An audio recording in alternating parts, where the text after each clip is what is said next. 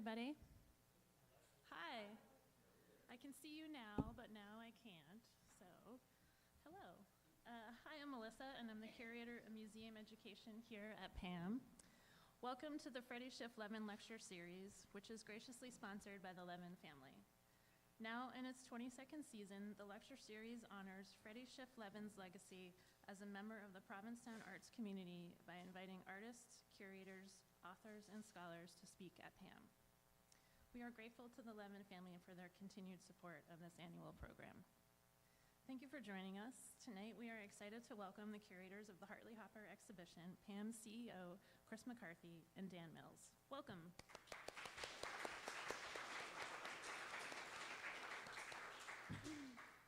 Dan Mills has had concurrent parallel careers for many years and is recognized nationally as an artist and curator. Each has been enhanced by the other. His curatorial perspective is shaped by the insights of a practicing artist, and his artistic practice has been enriched by the rigors of curating. Mills is an adventuresome curator with wide-ranging and topical subjects including issues of identity in recent American art, anthropocenic art about the natural world in the human era, and exploding native inevitable, along with numerous solo exhibitions by artists including Agnes Dennis, Vanessa German, and Saul Steinberg. Like Hartley Hopper, many have been collaborative and many have traveled to over 50 institutions, including the Museum of Contemporary Art San Diego, School of the Art Institute of Chicago, and the Williams College Museum of Art. The Outer Keep has been part of Mills' life since childhood, including a family home in Wellfleet for 45 years. Welcome to Dan and Chris. Thank you. Thanks, Melissa. Thanks for being here. I also want to just quickly thank Bill Ron and John Duhan, who are sitting here, who helped underwrite the exhibition here at PAAM. So thank you, John and Bill. And thank you, Tony Levin, back there for every year making this series happen for us. So thank you. Yes. So what we're going to do is we're going to convince you tonight that two artists who had nothing to do with each other have everything to do with each other. That's kind of our premise.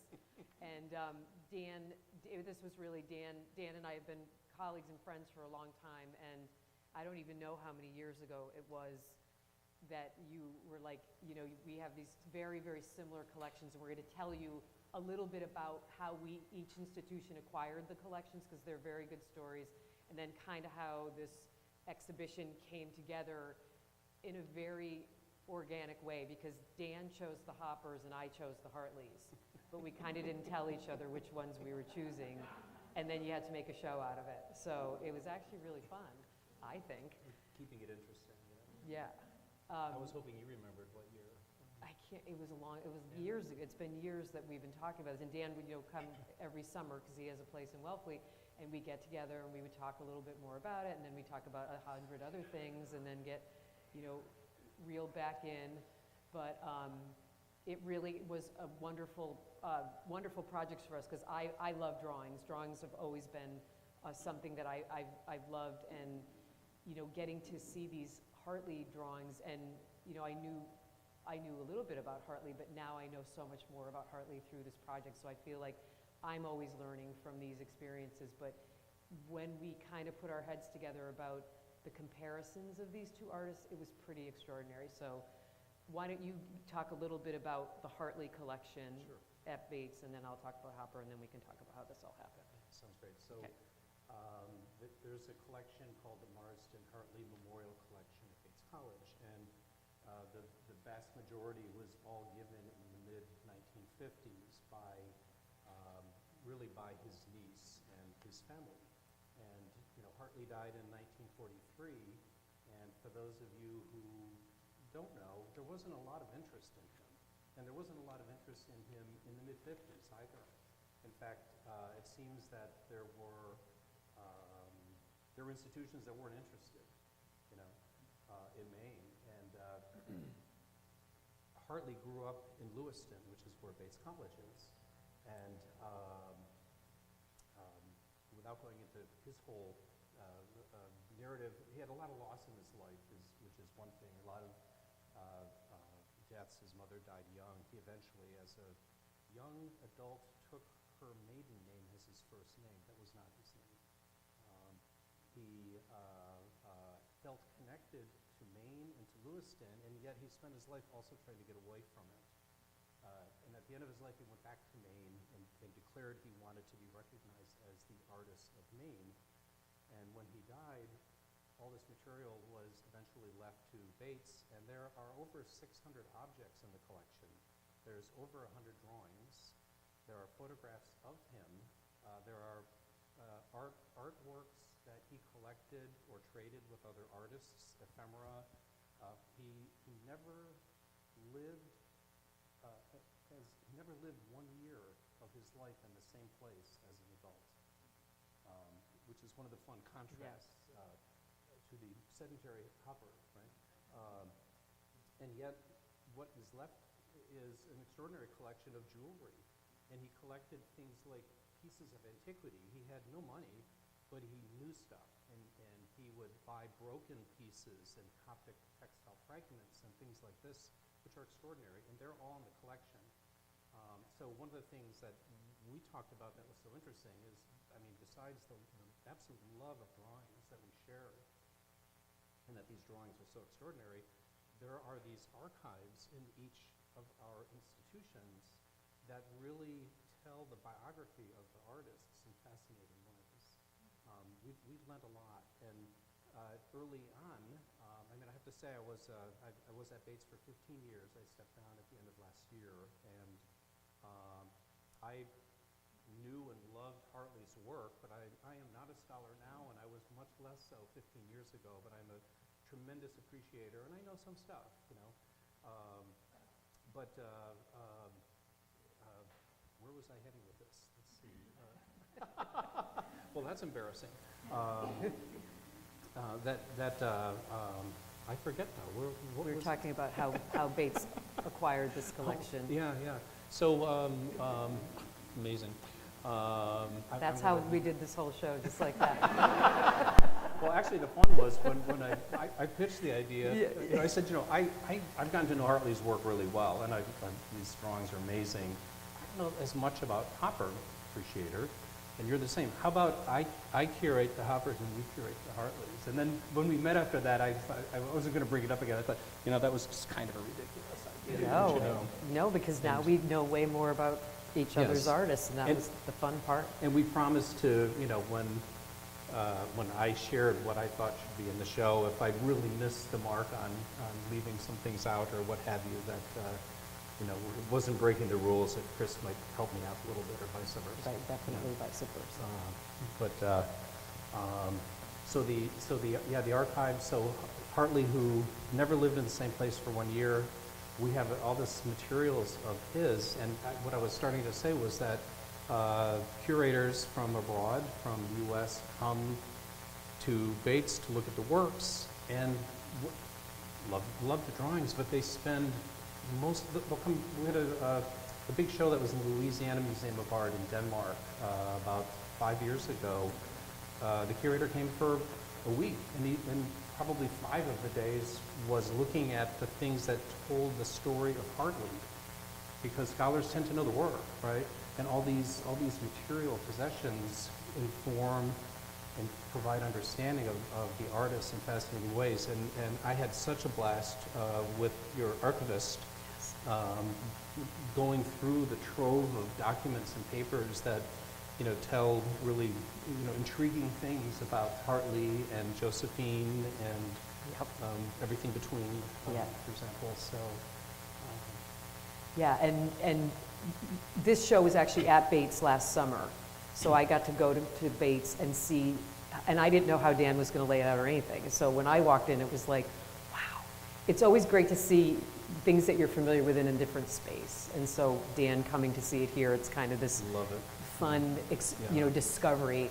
And when I came here to PAAM 124 years ago, 25, right? there was one Hopper in the collection, and it was a California landscape by Josephine Hopper. Can you imagine how excited everyone was about that? It hung over the copy machine, and but it was in oil. And I was like, oh, okay, Hopper is, so iconic on Cape Cod, and this museum has won by his wife. Okay, so then fast forward to our centennial in 2014, and we were gifted 2 drawings by Edward Hopper, a male nude and a female nude. Exciting, but not that exciting still, and people were just like, where are your hoppers, where are your hoppers, where are your hoppers? And I'm like, not here. So then, fast forward to 2016, the Schiffenhaus family, who owned all of the drawings that we have, approached us and said, here's the thing, and this is honestly true, the 2 brothers, Anton and Larry Schiffenhaus, between the 2 of them, I believe they have 13 or 14 children, so many grandchildren, and so many great-grandchildren. And Anton said that the way that they would keep track of them is like, the firstborn grandson was 1, his son was 1A, then there was 1A. So he had like a formula to keep them all straight. And he said, I can't even keep my family straight. How would I divide up this collection? And we don't want to divide the collection. We want to keep it together, and we want it to stay on the Cape. So we actually purchased this collection for the best sale ever. It was a super sale. 2 donors stepped up, and we purchased this collection for PAAM, and it was 96 drawings by Edward Hopper and 69 works by Josephine Hopper, plus the diaries, the letters. So our collection is about 600 objects as well. So we went from having 3 Hoppers to now the 2nd largest collection of Hopper in the world to the Whitney. Now that is something. Then people were really excited. Oh, and then they're like, why are they not out all the time? So that was an impetus to digitize the entire collection, in which we have done, and it's on our website, and you can actually read the diaries. And so this collection, what's special about this collection is that this is a very personal collection. So the diaries are not, well, Edward Hopper painted Nighthawks today. It's more like Eddie went to New York for 5 days, or 2 nights, and he packed 5 pair of undershorts.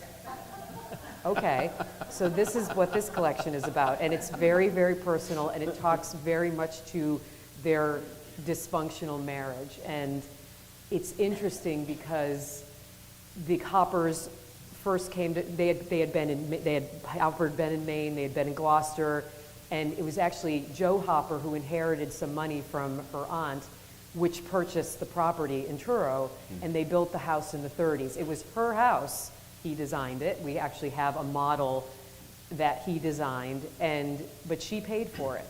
And that house was as far removed as possible per him, I'm sure.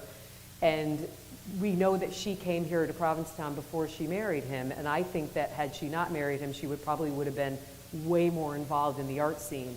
But because we have this collection, people think that Hopper was really involved with this museum.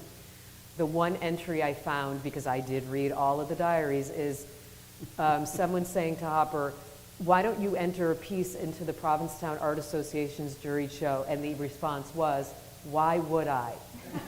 Okay, so that kind of sums up the whole like PAAM, PAA, Edward Hopper relationship. But now, as Dan and I have done with these 2 artists, we also made Hopper now the legend of PAAM, because he had nothing to do with this museum, but now he does.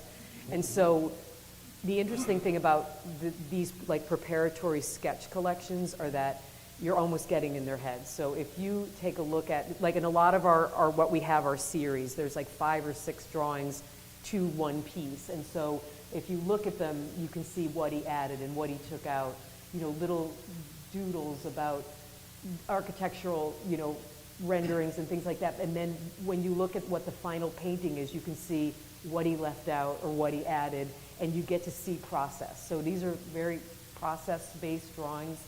And the story that really cinched it for me was when we got these in 2016, we put them all out in 2017. We did a show, and I think we did it in like March, and we were like, ooh, let's see if people come here in March.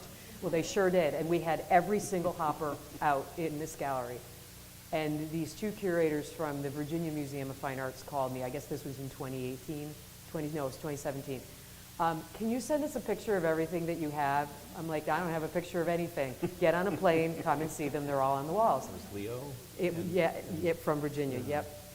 So they came, And they were like, it was literally like, there were at least 9 drawings in this collection that were studies for the paintings that were going to be in their show that they didn't even know existed. So if it has a gold frame on the hoppers, it means they had been exhibited before we acquired them. If they have a blonde wooden frame, that means they had never been seen before, and the majority of them had never been seen before.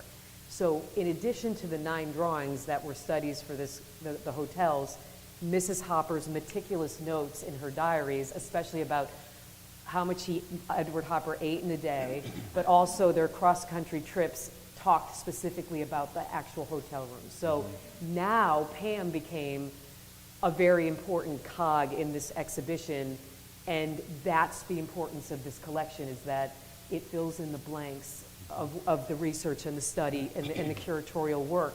And that's one of the things that we kept talking about was these study collections are way more important than, and people are like, but where's the painting? Where's the finished product? Where's the finished product? This is what got to before the finished product, and that's what is one of the big similarities of our collections, even though in some instances I think Hartley's drawings feel a little more finished than Hopper's, but at the same time, they're just so important to the work that they did and in getting in their minds. And I think that was one of the really fun discoveries for us, was that similarity of the collections. Yeah, I call this is these are figuring it out drawings. These aren't, I'm making a drawing to frame for an art exhibition. And I know that to be the case with every Hartley, with possibly the exception of the 2 very Cezanne-esque ones that are at the end of the magic wall, you know, the wall that does this. Which, by the way, if you haven't seen this exhibition, the best works are behind that wall, so you have to come back.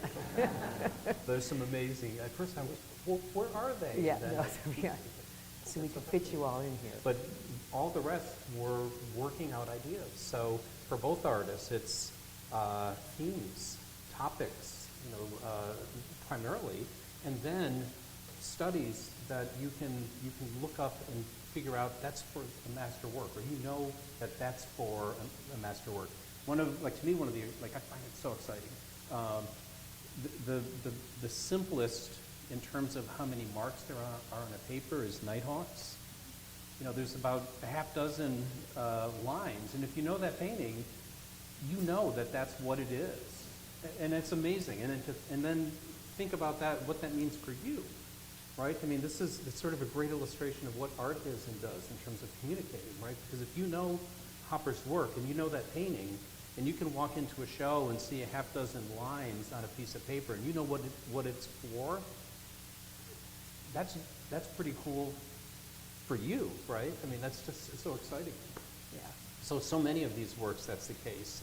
So for me, looking at, there's behind the magic wall, there's some drawings of, I forget the name, you'll come to realize I'm bad with names and dates, so I'm not that person, okay? But there are some, there's one of a particular building, and one of them has a person in the window. It's Cape Cod Morning. Yes, and then another one has a clock but no person, and you start to see these are the elements that, some of which got included in the painting, and you can either find the painting in the books here, or pull out your smartphone.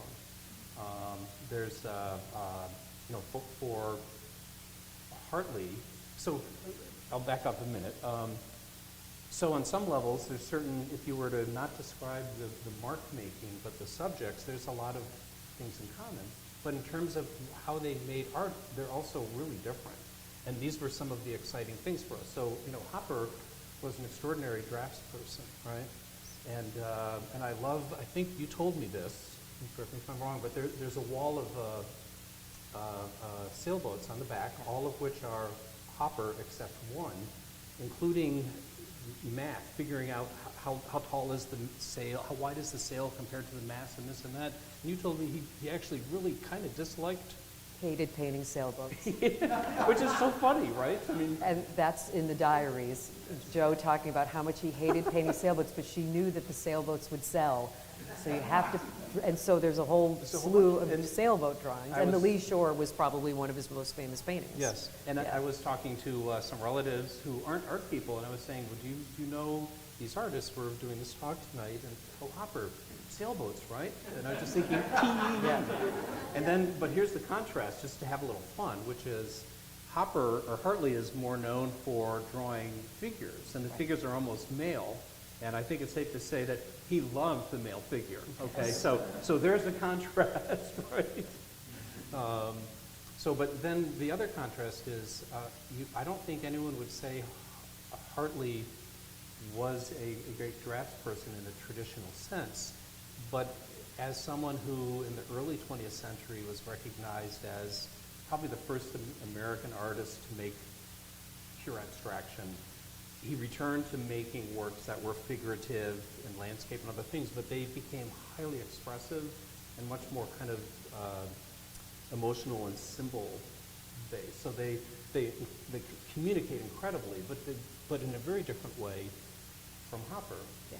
So to see, and we were talking right before that, almost in no instance would you confuse a Hopper for Hartley, except over here. Yeah. There's a few landscape sketches where, well, wait a minute, who did that one? Yep. And that was a discovery. So, one of the exciting things about being a curator is that you don't know everything and then organize a show. You have an idea and then you learn things from organizing it.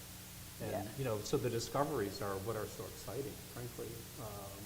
But yeah, this series here. Then there's I get a kick out of this that as someone who worked at a college, because you have to explain it, is this drawing in the corner has a rectangle, and in the rectangle it says Kodak, which probably a 20-year-old might not know what that is, and then it says yellow. And I don't know how it fits into this, but this is a way to indicate that the yellow in the painting that this would be made from should be the color of the yellow on a Kodak film box. I think that's just fascinating, right? But there are, can we walk around? Can. Just have to tell Amy so she can follow you. Sorry, Amy.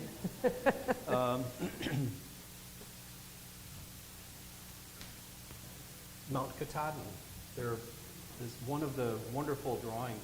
I can't remember how many. He did more than a handful and less than two, and we own 4 or 5 of them, or they own. I no longer work at Bates. I hung up my hat. But these books, you can find that, oh, look at that, and there's the tree.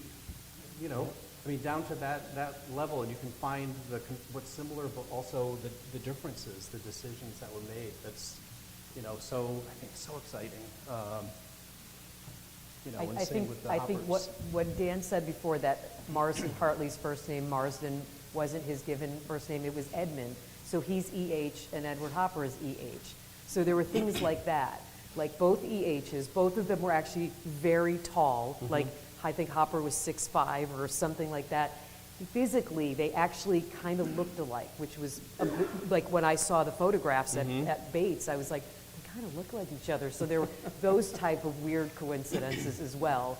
And then the whole thing about the figure behind the magic wall, there's actually a nude female that Hopper drew that is so anatomically correct, it's like ridiculous. But then behind me, you have the cartoons.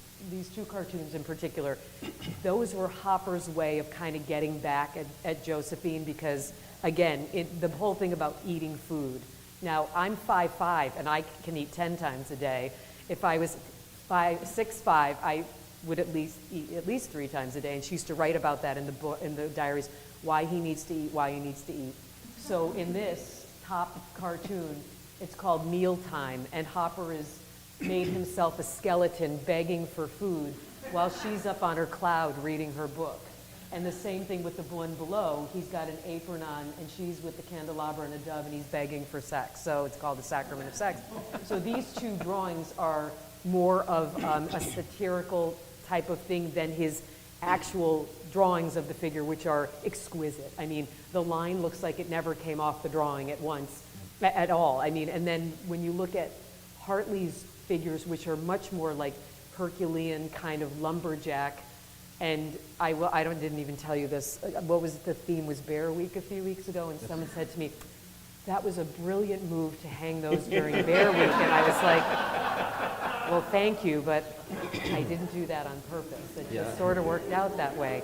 But anyhow, you can see like even the ones behind me, but behind the wall, there are a whole grouping of these little Hartley like beach sketches that are so fun. And the narrative that you can create out of these just takes your mind in a million different places, where I think Hopper's were much more controlled and much more, you know, like I don't think he had a very good sense of humor, frankly, but I think Hartley did. And that was another one of the kind of things between the differences in the drawings, is that, you know, you look at the fluidity of Hopper's drawings, but the Hartley little sketches of the beach are just so much fun. And I loved looking at those, and there were so many of them. And that's the other thing, we limited it to 30 each. Yes. First it was 20, then we changed it to 30. So when you have like hundreds of drawings that you're looking at, that was not easy to figure out how we were going to narrow this down, especially when we didn't tell each other which ones we were choosing. So, you know, a few other, just sort of stepping back a few to think about this exhibition, thoughts. Like PAAM, Bates Museum of Art, because of the drawings, has more Hartleys than any museum in the world. But not paintings. You know, it's the same narrative. Although we did add during my tenure, we added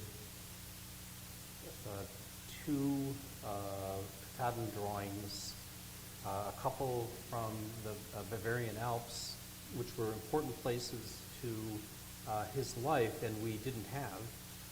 And then we were able to, it was a big deal for us, acquire a smallish painting called Intellectual Niece, which is of Norma Berger, who is the niece who gave the collection.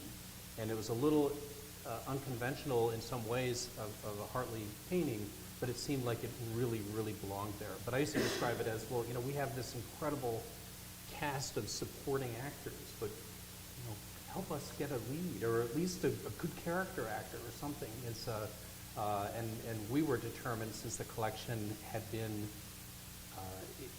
in the hands of Bates, I mean, for so long, it was for 15 years before there was a gallery. I mean, they lived in the library and happily received benign neglect. Like, no one did bad things, no one did anything to them, you know, which was great.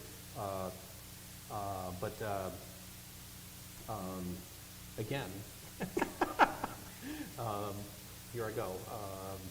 Where was I heading with this? So we went about the task of trying to find some significant works to add to that. It was a over 55-year-old collection and had been static, with the exception of an occasional gift of a letter or some ephemera. So a modestly funded institution, we found a way to buy several drawings and a painting, and really wanted to say that this is an active collection. We want to really position, like Hopper and the Outer Cape, we really wanted to say, you know, this is important, and we're making a commitment to this. It's not just this kind of musty-dusty collection, if you will. Yeah. We just acquired actually a whole slew of letters that Joe Hopper wrote at the end of Hopper's life when he was getting very ill.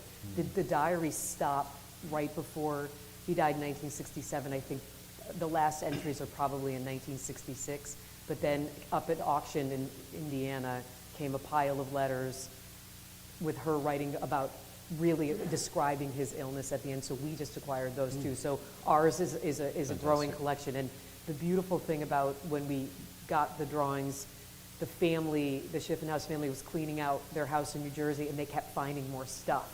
So I'd get the call, I found another box, I found another box. And the model of the house in Truro was literally it's like a collapsible kind of cardboard house that was in a shoe box, or no, shirt box, but it had gotten wet, and it was moldy and really in really bad shape. And so they bring it to me in a trash bag. I'm like, great. And I look at it and I'm like, so I was at a conference, and there were these paper conservators from Andover. And I went up to the woman and I said, do you conserve cardboard models? And she was like, no. And I said, what if it was Edward Hopper's house that he did? And she was like, what? And she came here and they took it, and it took about 6 months for them to conserve the house. But we have that now, and it's you can kind of move, like the furniture's only supposed to go in one place where Hopper tells you it's supposed to go, but you can move it around. And it's actually really interesting, but of course, Mrs. Hopper, there's actually a magazine, there's a magazine picture of Hopper in front of the Hopper house that Arnold Newman took. It's a really famous picture of him, but she's in the back, like this, because she's the original photo bomber. She really is, because again, always seeking the attention she never got as an artist. The idea, though, is that mealtime, on those drawings, that's her writing on his drawings. She wrote all over his drawings. So when we got this collection, we brought Gail Levin in, who was the Hopper Scholar of Record at the Whitney for many, many years, and she actually came and looked at every single, she was familiar with the collection, but she helped actually verify every single drawing. I mean, you really can't confuse his drawings with hers, but she wrote all over his, so it was like, and you know, the idea that she would sign her letters, also an artist. Josephine N. Hopper, also an artist. Or we went out today in the dunes and Eddie didn't even make one painting, I made 5, you know, like that type of thing. And she really wanted him to just tell her she was a great artist, which he never did, which is really not a nice thing. But we will do a big project of hers. There's a lot of information about Jo and her work, and she was really a wonderful watercolorist, and she says that she taught him how to make watercolors. So, I mean, that's a big deal. I don't know how true it is, but I'm sure she had some influence. But this personalization of our collection, and just like, you know, the niece giving the Hartley collection with all of these things, it helps you, like, really think about these artists as people. You know, Hopper is noted as one of the, you know, the greatest artists of all time, but he was actually a person as well, with a lot of things happening. And I think that the other two, if you read the similarities or the comparison list, is that Joe Hopper was responsible for Hopper seeing fame throughout his career. Without her, there would have been no acquisitions, no sales, no gallery representation, and no fame. Hartley, on the other hand, saw very little fame during his life because he was pretty kind of a solo gig. And one of the stories that Dan told me, which is a stark comparison, is that if you invited Hartley to come visit, he'd come and stay for what, 2 months, a year, 3 months? Perhaps, you know, he really often... The more nomadic type of you know, lived at the, you know, generosity, you know, in the generosity of others. And there's a book here on Hartley that we organized an exhibition with the Vilcek Foundation, which just closed the New Mexico Museum. And it's prolifically or profusely illustrated. And some of the pages are drawings of a house. So to give you a contrast, Hartley never had enough money to own a place. And I won't, if you bear with this, not for the numeric fact, but for the idea of it, which is, you know, somewhere late in his life, he won something like second or third prize in an art exhibition and several $100s, and considered buying a piece of property in rural Maine. And in that book are the drawings. They're sort of axonometric drawings where you sort of have each wall, each side. He built the house, he furnished it, and he placed the paintings like you were describing. This goes there and this goes there. But when he was done, he, you know, was nearing the end of his life, and he just decided that he didn't actually have to see it through.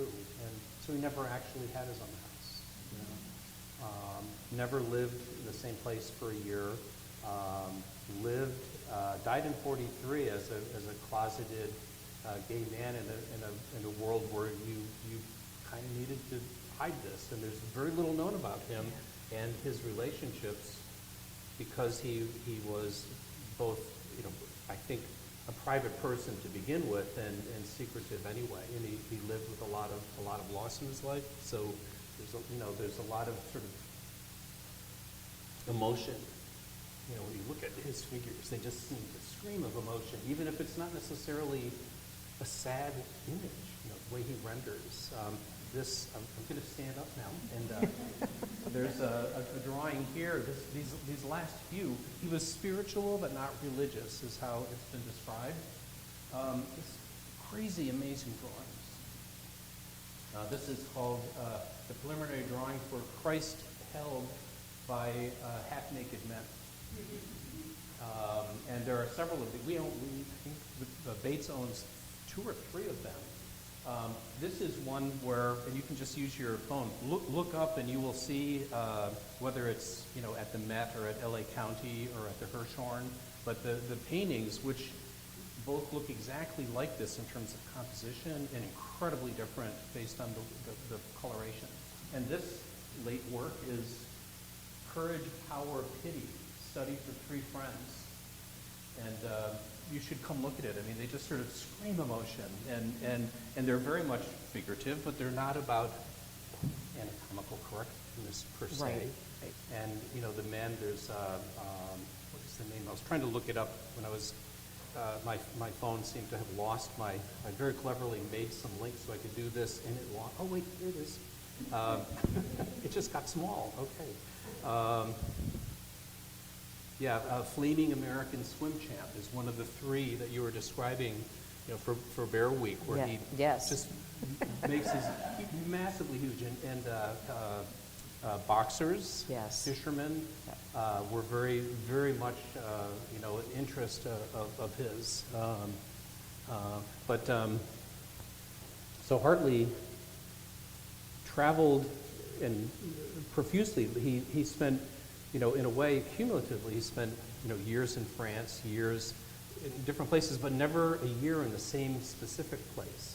He moved around, and it seemed that he wanted to get away from Maine, and he felt he was kind of a self-taught intellectual, well-read, published poet, but he also couldn't get away from Maine because his paintings of Europe looked like Maine also, right? I mean, so in Europe, he was this kind of eccentric American who didn't fit in, and when he came back, he was an American artist that didn't fit in, right? And he very early on included in his still lifes and other things, objects from other cultures and things that artists weren't really doing. He was both the Stieglitz gallery early on showed his work, but I don't think he was the easiest person to contend with, and he didn't have a great deal of commercial success. He had some critical success, and so one of the real contrasts is, I'm someone who was an art student in the 70s, and I remember back when, in the 70s, go to a major museum, and it was either the Europeans that were in the big galleries or the New York School, things that happened post-World War II. And then there would be side galleries or hallways where people like Hartley and Dove and Avery would be salon hung, right? And then maybe a Georgia O'Keeffe was somewhere more prominent because she was kind of a persona as well, right? And in those, since that time, his star has risen to such a degree that I think he's pretty much unrivaled amongst his peers. But it didn't happen right away, and his work is complicated, and there's not, and he continued to evolve. He continued to grow and change, and that's a lot harder, right? Whereas Hopper achieved fame and recognition during his life, lived longer, and lived to enjoy it, right? Hartley always felt he was going to get there. I mean, his work was important. He really believed in his work. But, he died making work in a chicken shack, a chicken coop in someone's property. I mean, that was his last studio, right? So that was his ending in terms of material possessions, So that's, one of the contrasts that we see in them. Yeah, and Hopper had seen, an exhibition at MoMA and a major retrospective at the Whitney, and acquisitions by major museums of his work. And the other interesting thing is Hartley was only here in one summer, 1916. He was in Provincetown for one summer. And we call it the greatest summer ever, or something like that. He wrote a yeah. short story, Yeah. the Great Provincetown Summer. The Great Provincetown Just Summer. Huge impact on him. Yeah, and there's a fantastic Provincetown painting that he did too, that's extraordinary. And I remember when I saw that in real life for the first time, and I was like, this is a brilliant, brilliant painting. Yes. That was a lot of fun though, was really looking, like they had several of the same instructors throughout their careers. Early on, they studied with William Merritt Chase, who also, Charles Hawthorne studied with William Merritt Chase. So there's all these little things that we were kind of discovering in terms of how we were gonna, other than having similar collections, how are we gonna make these two artists feel like they should be in the same space together? And it's interesting because, weirdly, when I was curating the whole Hopper collection with Joe and Edward Hopper together, I kept trying to put her work next to his work, and you know, like when you put two magnets that they go like this? Honest to God, so the magic wall was out, and so literally Hopper's work was on the perimeter and her work was on the interior, and it was like they could be in the same room together, but they couldn't be next to each other. And I kept, and literally I kept moving things around, and I'm like, nope, this just doesn't work. Putting this show together, this was like, felt so right about interspersing their work together. And it was really, because again, I didn't, the Bates show was in, obviously in a different space. There are some similar pairings that were there, but others that weren't. But I really felt the connection between this work when I was laying it out, that these should go together. And it made sense to me, not just by subject matter, but also just by feel of the pieces. And I think maybe because I know too much about Joe and Edward's relationship, that was part of it, but it almost felt like these two artists should have known each other, or in their lives, and who knows what happens in the beyond. But we made them friends in this exhibition. Well, you mentioned the word organic, and the curating in terms of placement is absolutely organic, and it keeps changing. Sometimes the subject is what's the same. And then sometimes it's the concentration of studies for one work. The subject is very different, but then the concentration for a different work by the other artist, and it's so, I think, so fascinating, so exciting to see. There are a number of works on, behind this wall. In addition, both of the artists have a healthy number of studies for absolute master works that you know intimately, you may have seen, you've certainly seen reproduced. You totally invite you to, even if it means staring at your phone if you don't bring a catalog over or something, but finding the work and looking at the drawings. When I was at Bates, one of the, I guess probably the first exhibition where we lent to was when the Met had Met Breuer, when they took over the Whitney and did Mars and Hartley's Maine. And it was just so exciting to see a master work of his and then 10 drawings next to it, 7 of which were ours, salon style. Then you could really figure out the process and things. And things like, let's see, there's a group of 3 Hartleys. The 2 are rather dark on the right, which are kind of almost still lifes or views of fish nets, etc. To the left of it is lobster fisherman. The painting, which you can look up, it's in the Met collection. Of course, is wildly different, very colorful, and very much about painting. But the way the hat is turned and the head is the same in many of them. I mean, these aren't sketches like I have a gist of an idea and I'm going to draw it out. It's really, and then the same with Hopper, really figuring out composition ideas, and some of them really stuck. And as a curator, and I'd like to think any viewers who are interested, it's so exciting to see. It's like, oh, look at that! You can see look at the change that was made, or I can't believe that was preliminary. The things that were in that preliminary drawing are actually the foundation of this painting. It's so exciting. Well, I think we should open it up for questions. Look at that, just like that. But we're going to give you a microphone so that you can say your questions. So that Hello? it's for the people who are live streaming. Yeah. Could you talk about Hartley's relationship with his niece?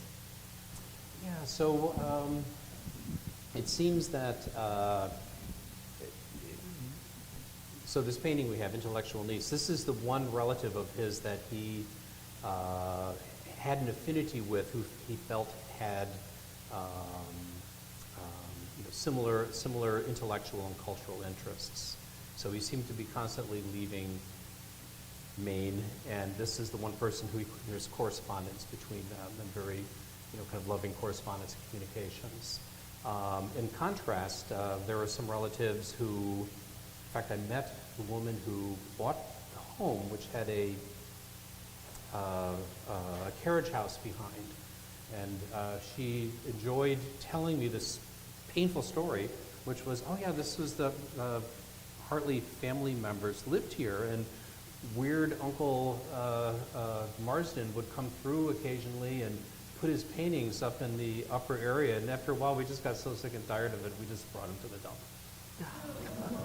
It's like, please don't tell me that again. So, he didn't feel like he fit in, except at the same time, whether he ever wrote, I loved Maine and its landscape, he certainly embraced it. Some of his earliest paintings and latest paintings, his earliest paintings, of course, are in Maine. When he was living in New York, he'd go back to Maine for the summer and paint landscapes, the 06, 07, 08, early paintings. And then the last years of his life, he returned and really declared that he was going to be recognized as that. So, that's getting a little off track, but I think she was the person that most connected him there on a kind of personal, emotional way.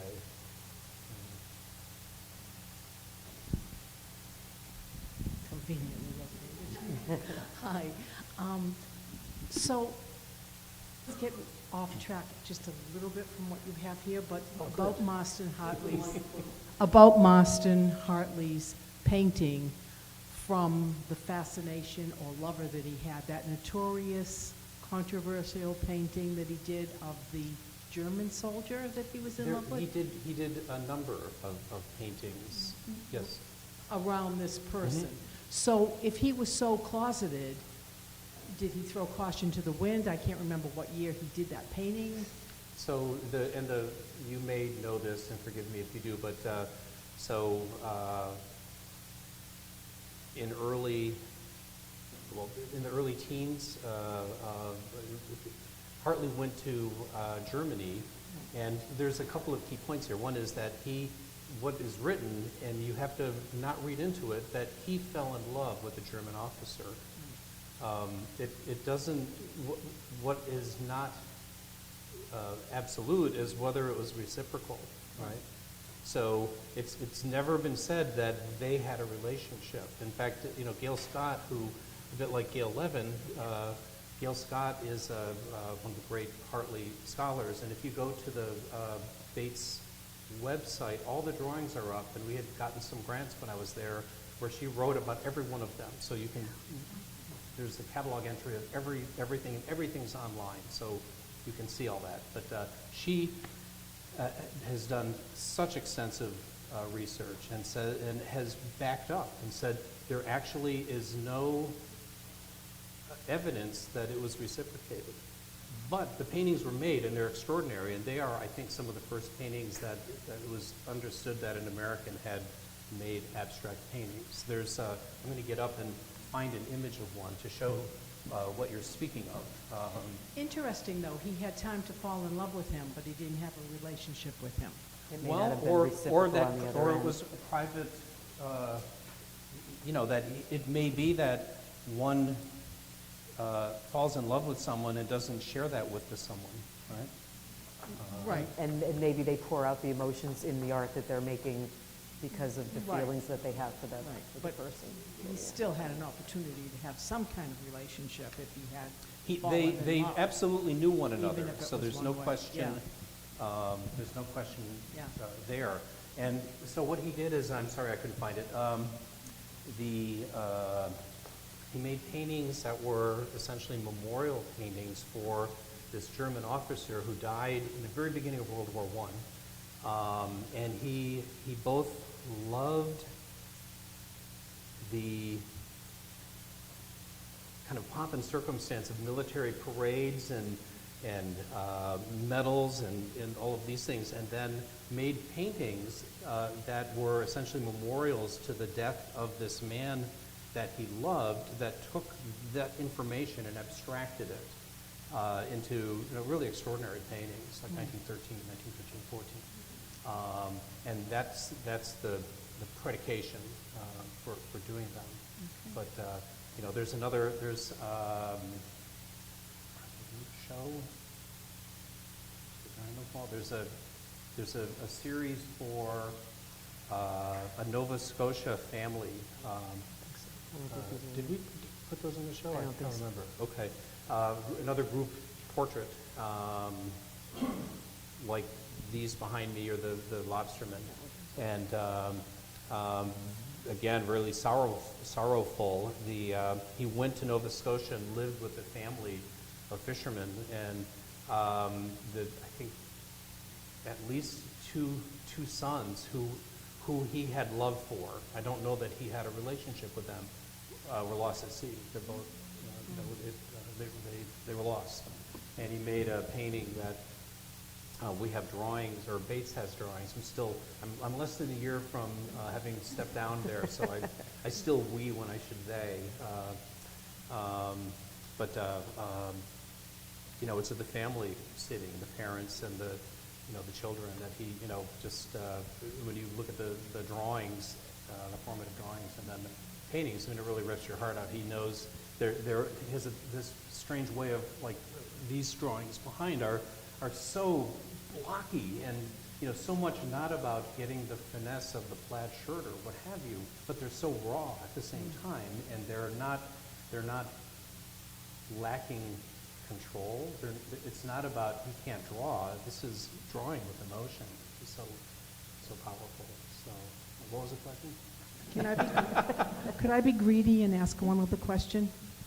Okay, you talked about having the artifacts and the ephemera from the collection from Yes. the family. What was it about the bits and parts of antique jewelry what did that tell you about him? Okay. Why did Well, he collect those? two different things.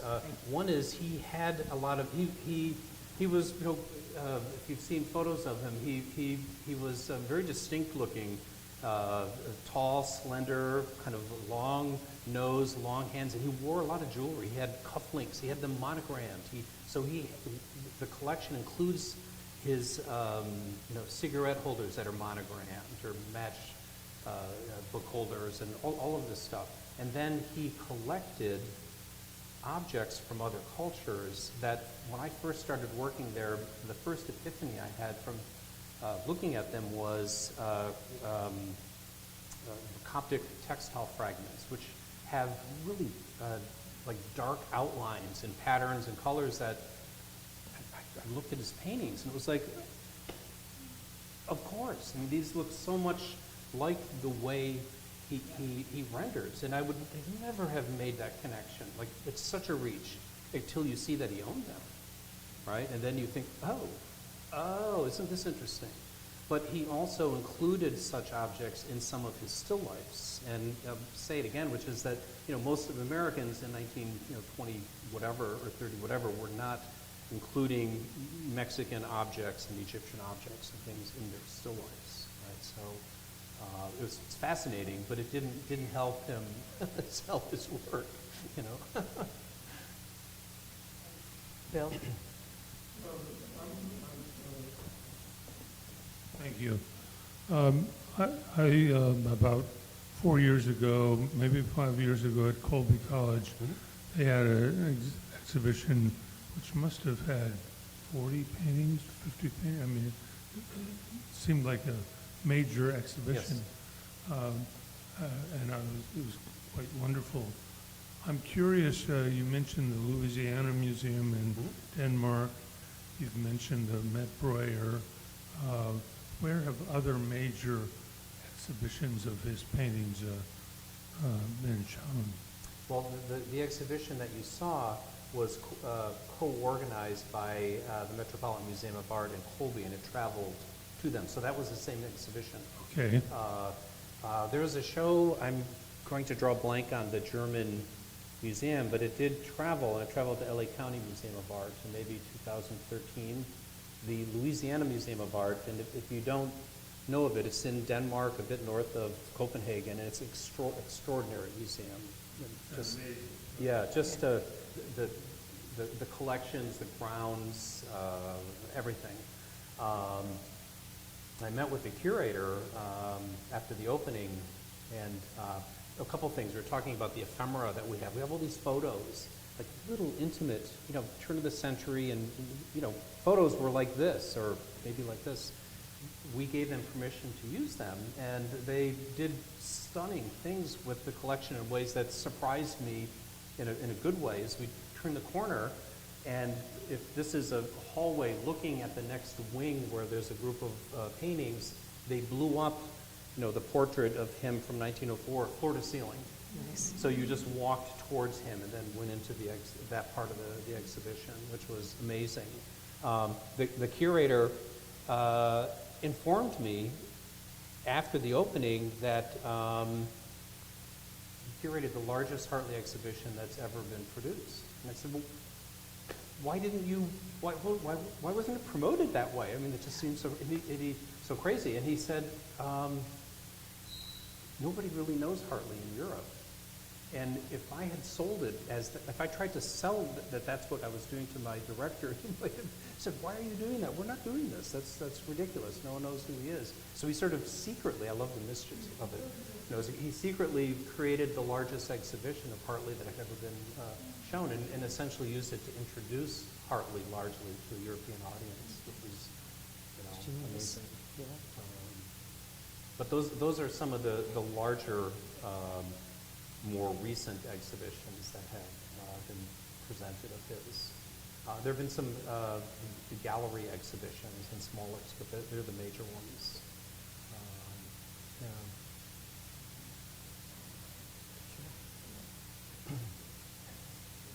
How did the Schippermans, is that their name? Schiffenhaus, yes. Schippenhaus.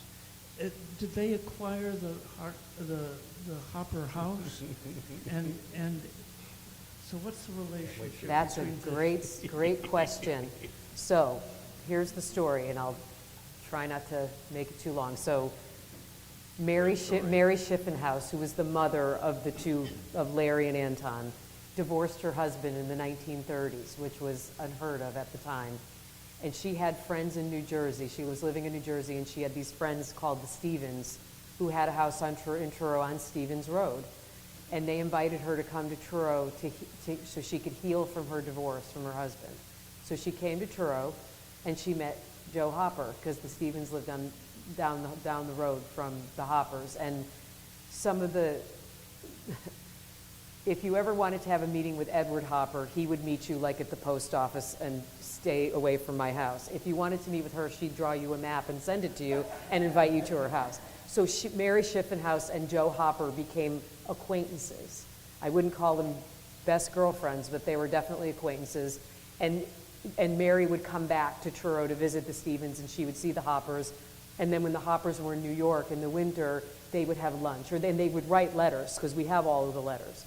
So when Joe Hopper died in 1968, her will, which we have a copy of, states the house in Nyack, where Hopper was born, was going to become a museum. The Whitney was going to get all the artwork, and the Truro house, and they're, working and all this kind of thing, but they needed to do some upgrades in the house, electrical and all the plumbing and all that, so they hired a handyman named Bob and an architect named Bob. And the handyman and the architect were at the house, and the handyman was up in the loft, and he was cleaning some things out, and he found the boxes of drawings, diaries, letters, and because the will said the house and its contents, they were able to keep it, and it didn't have to go to the Whitney. So that's how they acquired the collection.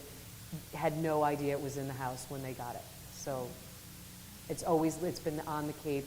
The collection's been on the Cape since the 30s, or since between 30 and 60, for 30 years. He created this collection that stayed in that house.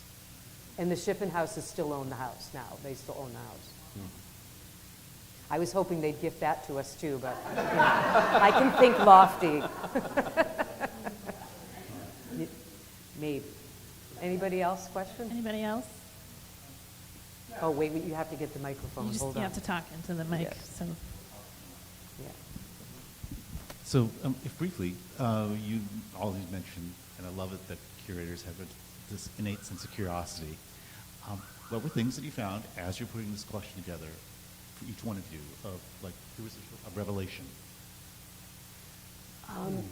Well, again, I wasn't really familiar with the Hartley collection. I mean, and I mostly looked at it online. I hadn't really looked at it in person until I went to Bates. And when I went to Bates and started seeing, like, you know, looking at things digitally, yeah, that's one thing. But when you actually, I love objects. That's my thing. I love objects. And that's how I knew that I wanted to work in a museum, is because I'm not an artist, but I love objects and collections and things like that. And when Dan and his team were so kind to like pull all this stuff out, especially the ephemera and the objects, I get like out of my mind. And that's how I was with the Hopper collection too, because it came to us in a mass, boxes and all kinds of things, and knowing that no one had ever seen a lot of this, to me, was so exciting to be able to get it out to the public. And if you're unfamiliar with PAAM, many of the exhibitions that we do, no one's ever heard of these artists before. And obviously people have heard of Hopper and they've heard of Hartley, but they don't know this stuff. They know the paintings, they know the watercolors. But to me, I love process. My first real job was at Yale, and I worked in print drawings and photographs. And the big show that I got to work on was 5 paintings by French painters. There was a Manet, there was a Bonnard, there was a Renoir, and my department organized all the studies, sketches, and watercolors leading up to the final painting. And it was one of the most exciting things. And I was like a child, and I was like, to me was like the greatest thing in the whole world. And of course, Yale does have an exquisite collection. I kind of did my career backwards. I probably should have ended at Yale, but that's all right. You know, I never do anything in the right way anyway. So anyhow, to me, that show always stuck with me in my mind, that experience of seeing how it started. Because when the person's not alive anymore, you have to sort of figure out what they were thinking. And that's what these collections have done for me, is discovery. It's a lot of discovery. And I think there's so many discoveries. But and again, when we were figuring out our comparison wall here, we kept discovering new things, like, you know, whether it was, you know, who they studied with, or if they were in the same places but not at the same time, you know, that type of thing. So for me, this was a whole new learning experience of putting these two artists together and making them have a connection. So that was the big takeaway for me. Yeah, you know, and I don't know if, I guess some of the things are a bit illustrated with these drawings, was to see the works that were leading up to the same or, you know, similar paintings, getting a chance to see the artist figuring it out and doing subtle changes that made all the difference in the world, you know, for the end painting. But just getting to put your nose near them all. You know, for me, same thing as in graduate school. I was early on tasked with, you know, going in the back and going through and organizing objects that were in the collection, and I couldn't believe how excited I was that I actually just got to put my nose near all these. Me too. Because we get to touch them, you don't. It was just, you know, I mean, that was when I got hooked, but, you know, so much of, not that I didn't continue to learn about Hartley, but like what you were saying, it was really the newness of looking deeply at the Hoppers, and Chris and her team pulling all of them out, so I could look at all of them and just kind of keep moving things around and understanding relationships, and all, just, you know, so exciting. And for me, I really think it's like you sort of get into the head of the artist. You know, it's wonderful to see a master work. It's so exciting to see preliminary drawings that show different aspects of getting to that master work. That's the thing that's so exciting to me. You know, and then, you know, to back up, another thing is, you know, we represent two small or I did, small but mighty institutions. And there are some things that, backing up, have parallels, which are the role of Provincetown and Maine in the development of American modernism.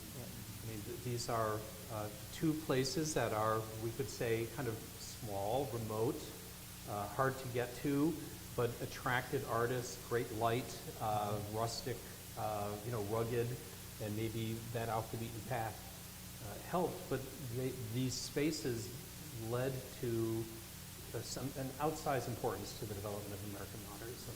And that to me is so fascinating. So here, our wonderful little institutions put on the show of Hartley and Hopper, representing two of the largest collections of either of their works here in New England, is, pretty cool. It is pretty cool. That's something that's really resonant to me. Actually, seeing the Nighthawks drawing, it's like you couldn't have one fewer line and still know what it was. It's like, that's just so awesome. And then there's I don't know if, I didn't look closely, we didn't necessarily have the same archives up, but some of the stories that Joe told, the personal, tough, relationship things, and there was one, and I'm going to butcher it, but there's a line that she talked about meeting with the lawyer after Edward died, and he was telling her to get rid of all of her art, and that there's no real value in it. And she talked about, she signed it as something like a small seedling beneath the shadow of an oak. That was the way she Josephine. It was like, so there's some tough stuff. Yeah, for sure.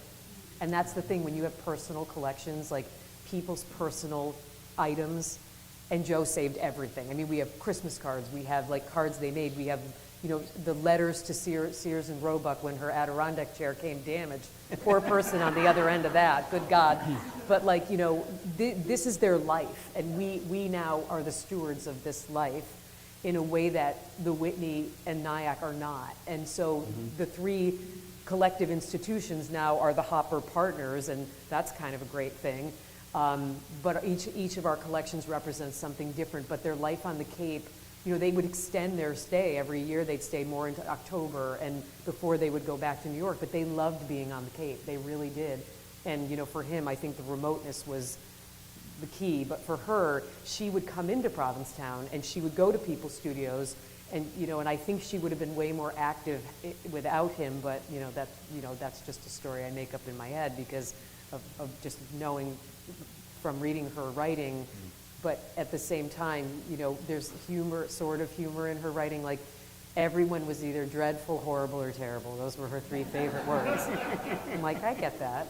And she went to so-and-so's studio and they gave me a bouquet of flowers to come home and draw, but by the time I got home, they were dead, like things like that. She didn't mince words, that's for sure, but I feel like I know them. And, living with this collection, it comes great responsibility when you have a collection like this, because everyone wants to see it, and it can't be out all the time because we don't have the space, so having it online is the next best thing, I guess.